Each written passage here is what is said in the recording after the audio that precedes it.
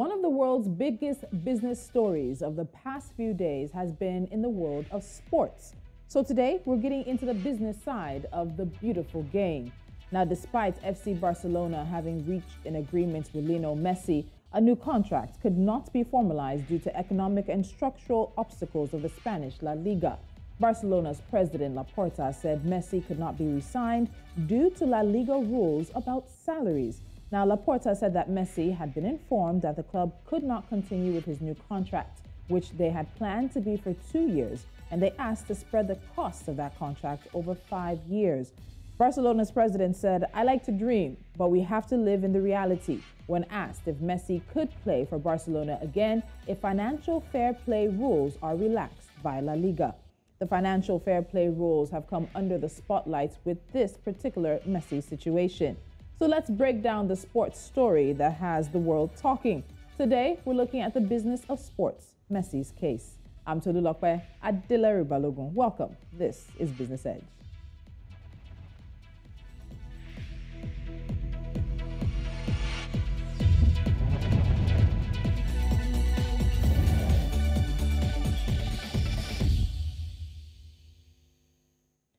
And joining me from Madrid, Spain, is Ignacio Benedetti, a Spanish journalist who's been following the developments in this story. Ignacio, ¿cómo está? Estoy bien. How are you? Good morning.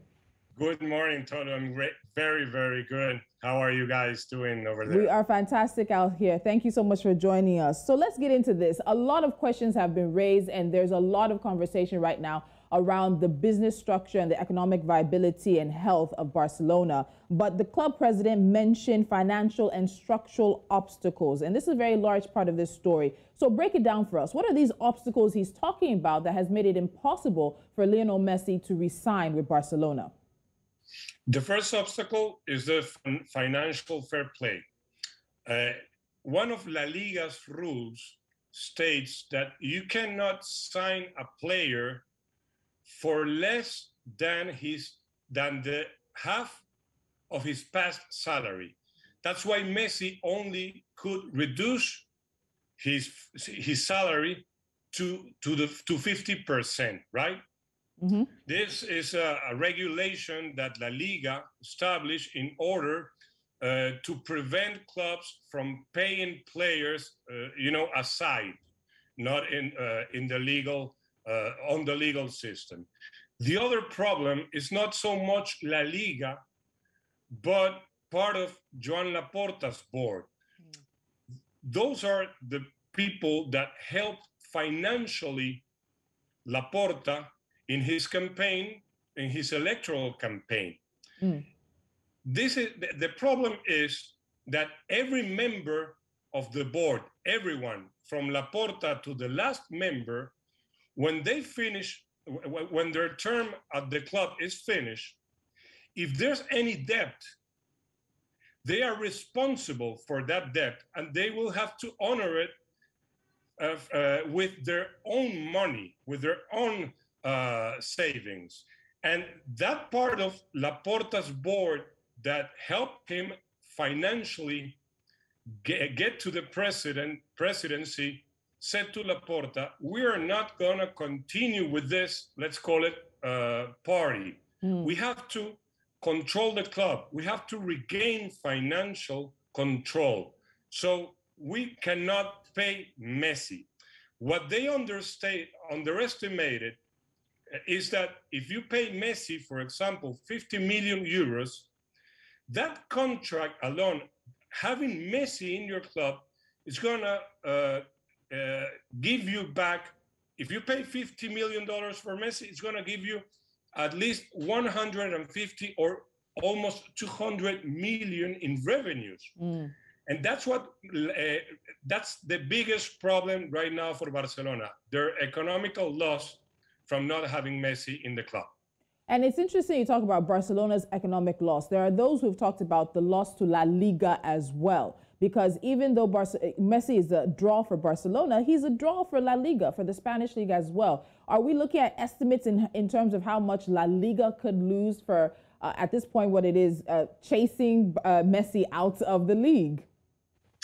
There are no estimates right now for La Liga because, for example, if we talk about television rights, that contract is not up yet to renegotiation. What we are talking right now in terms of figures are the loss, what the loss of Messi financially means for Barcelona right now, which is studies have found that it's going to be around 120 million euros this year alone. Wow. Because of merchandising, because of what means having Messi for ticket buyers, for ticket holders. So in terms of La Liga, there's not a real estimate right now, because you have to take into account that La Liga is negotiating an important contract with a financial venture called CVC. It has also to be approved, that contract, because there's a clause in that contract that CVC needs the biggest clubs. For example, Real Madrid, Barcelona, Sevilla, Athletic Club Bilbao, Athletic Madrid, to approve that agreement. And right now, Barcelona and Real Madrid are not, they don't want to approve that agreement. So the loss for La Liga is yet to be seen in the next weeks. Okay, so we'll follow up on that. So let's get further into these financial fair play rules. So La Liga sets a cost limit for each club that participates in the league. And each club's limit reflects the club's economic health and also establishes the team's budget for the upcoming year. So my question here is there any wiggle room for clubs? So let's say La Liga sets a 50 million euro budget. We'll use Barcelona in this example as well. Can Barcelona come to La Liga and say, we think that this budget you've given us is too small, we want some extra room to it? Is there a potential for La Liga to review these cost limits for the participating clubs rather than it just being handed to them and that's the final conversation until the next season? Well, that's what UEFA did. UEFA, since the appearance of COVID-19, UEFA understood that all the clubs were gonna be in need of help, and instead of giving them money, they wiggled, they flexibilized the financial fair play rules. La Liga is not doing that, and La Liga doesn't want to do that because La Liga feels this contract with CVC, which is going to exploit some percent of their digital merchandising, is enough. Barcelona asked for it. Barcelona didn't ask for it just for Barcelona, but for all the clubs. And Javier Tebas, La Liga's president, said no. That's why he assured Barcelona's president, Joan Laporta, that if they went with this agreement, with this deal that La Liga and CVC came, they were going to be able to sign Messi. But there's another turn to this story, and that this deal with CVC is more or less a response from La Liga to what Super League was offering the clubs in Super League. So this is not only about Messi, but also about the fight with Super League and European Super League and with La Liga. All right, let's hold on, because we need to talk about what Barcelona's economic health has been, because this particular cost limit that La Liga sets has been declining over the past several years for Barcelona. So Ignacio, please hold on. We are talking about the biggest sports story in the world right now. But one of the questions has been, what has Barcelona's economic health been that has led them to the point of signing, or rather not being able to sign, Lionel Messi once again for another season after some 20 plus years with the team? We'll get into all of that when we come back. This is Business Edge.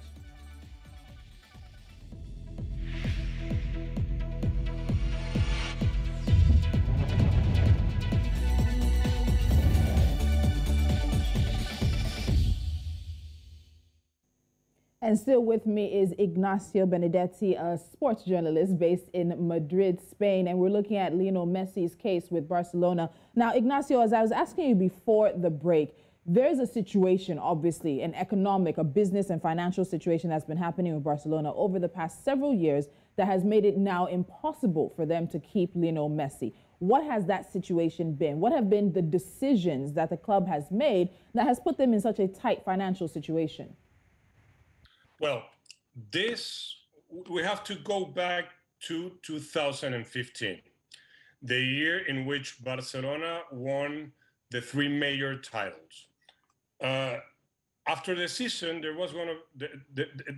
was planned an electoral process in which Josep Maria Bartomeu, the former president, and other candidates were opting to preside the club.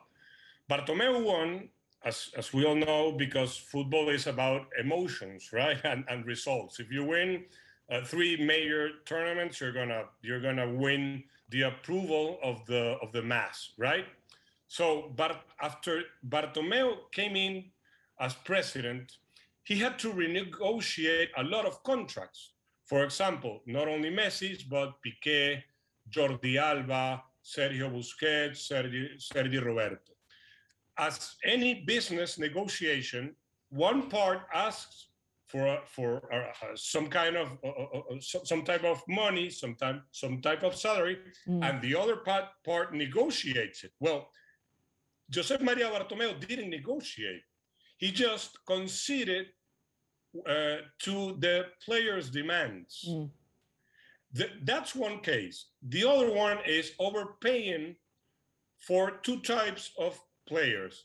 The players who were signed for the first team, we can talk about Ousmane Dembélé, Philippe Coutinho, Antoine Griezmann, Paulinho, the former Brazilian player, etc., etc.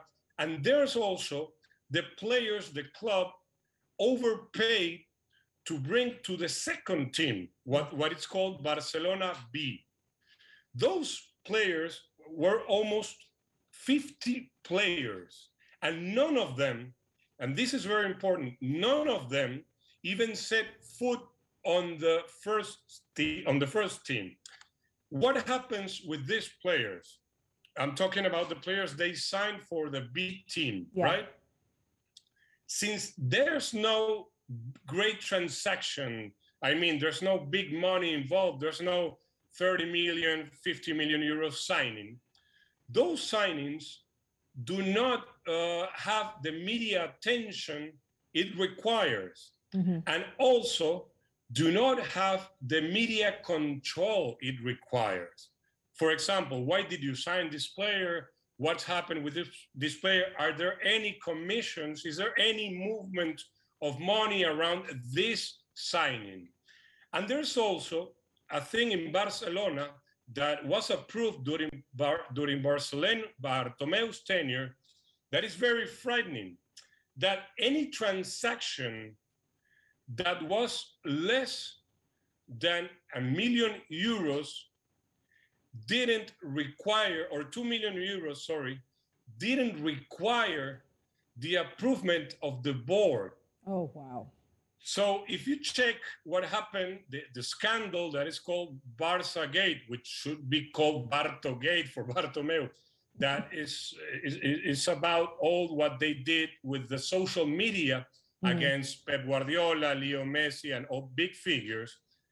You can see that they fragmented all those payments to that company just to avoid a board control. Oversight. And this is very, very frightening, because that's how you drive a big club, a huge club into bankruptcy. Nowadays, the debt is around 1.3 million euros.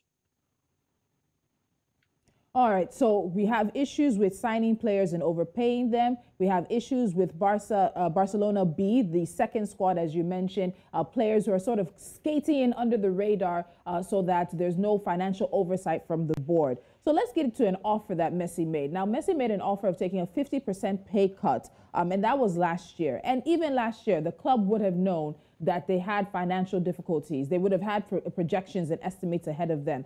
If the club had taken Messi up on his offer last year to cut his salary by 50%, could it have been enough to help stabilize the club today and keep Messi in Barcelona?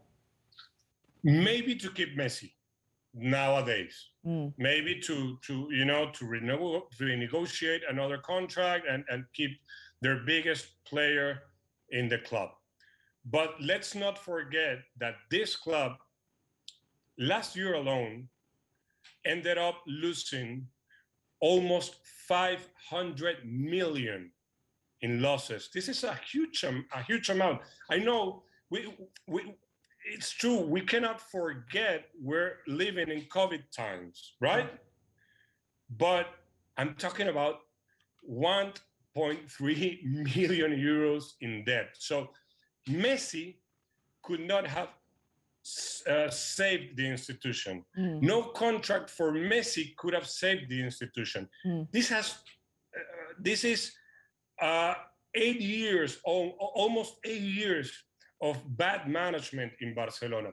Victor Font, which was one of the presidential candidates in this last election, said something very, very interesting, and I think that it describes the club. Barcelona was, at that moment, and I'm talking 2020, a club with 1,000 euros in winnings, right? 1,000 million euros in winnings, in earnings. A 1,000 million club in salaries, and 1,000 million euros club in debt. So you have a club that every cent, every euro they were earning, they were using it to pay only salaries. So that debt was going up without Messi or with Messi. So let me now ask, so without Messi now, as you said, the books are not balanced. We also know that the club had an option of also making some huge savings this summer by selling other players and also cutting salaries. Do you think we should expect other departures other than Messi from Barcelona in order for them to get to a more financially stable position? Normally, or in other clubs, we could expect more players to go away, to sell more. But there is something else in Barcelona. For example, we were expecting the board to sell Antoine Griezmann, right? Antoine Griezmann costed almost 135 million euros. Every year, his price gets lower in Barcelona's books. If you wanted to sell in the accountant books, right? If you wanted to transfer Antoine Griezmann right now, you will have Barcelona would have to do it for more than 80 million, because doing it for less money would come in the books as another loss.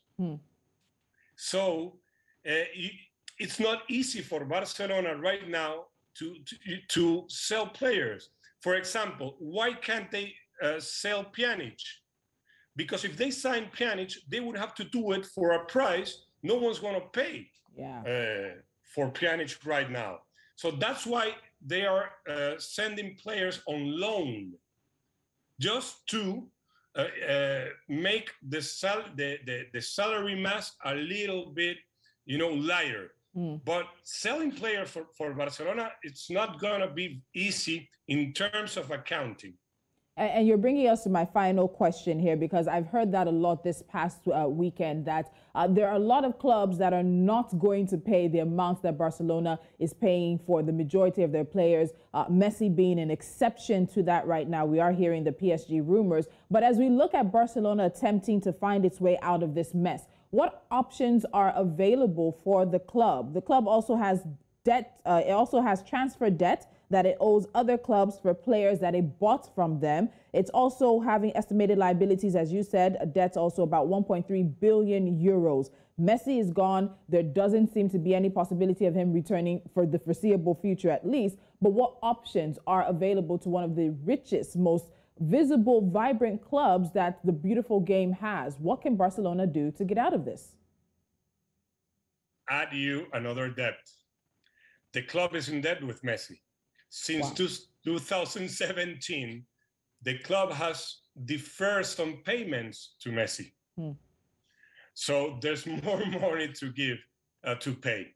The club is in such a mess that what they basically can do in terms of gaining money and trying to recover is exploiting not only the first team merchandising, but what they call a spy Barça, which is all the space surrounding Camp Nou and surrounding the club. That's just trying to seduce new partners, new sponsors, and that's what they basically can do.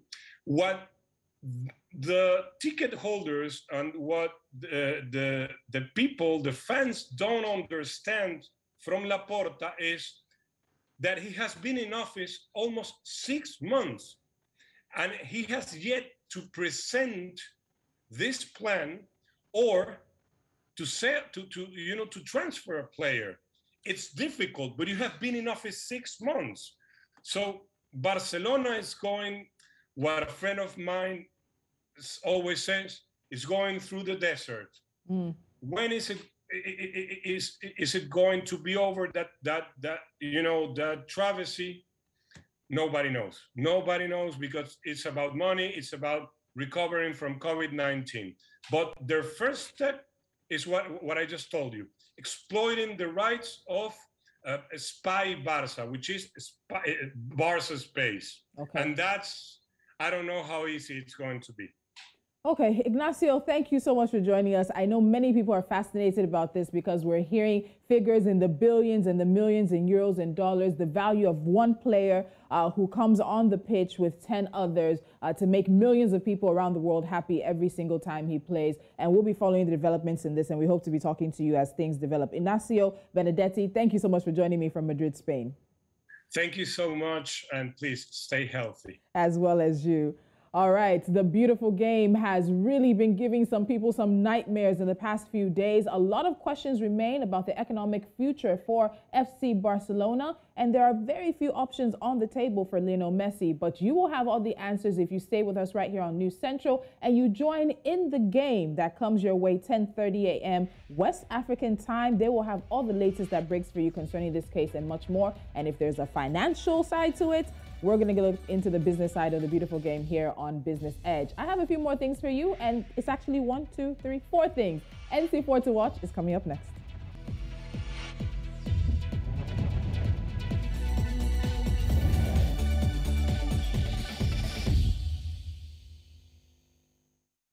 And we start with crude oil prices that have dipped about 3%, extending last week's steep losses on the back of a rising United States dollar and concerns that new coronavirus-related restrictions in Asia, particularly in China, could slow a global recovery in fuel demand. That's the first story we have for you on NC4 to watch. Moving on from there, number 2 on the list, mobile money payments in Kenya have taken off in the first half of this year thanks to increased uptake of e-commerce services and a shift from cash payments to mobile-based payments. Now, according to data from the Central Bank of Kenya, mobile money transactions jumped to 3.3 trillion Kenyan shillings between January and June 2021, a 52% increase from 2.1 trillion Kenyan shillings in the same period last year.